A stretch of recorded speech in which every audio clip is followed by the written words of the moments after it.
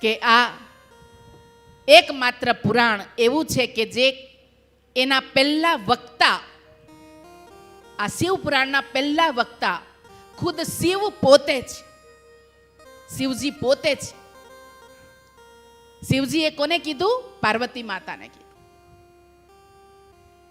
પાર્વતી માતા એમને સવાલ પૂછતા જાય છે અને શિવજી એને જવાબ દેતા થાય છે. તો પહેલા વક્તા એ છે.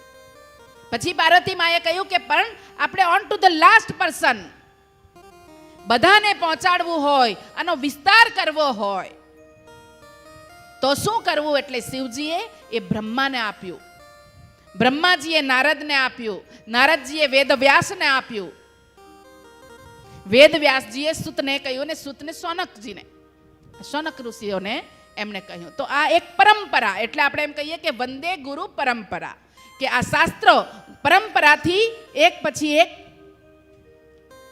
અને એનો ગુઢાર્થ છે કે આપણે પોથી યાત્રા જે કાઢીએ છે એ પોથી યાત્રા કઈ નાટક ચેટક નથી, એની પાછળ પણ ગૂઢ રહસ્ય છે કે બધા એકબીજાના માથે લે છે.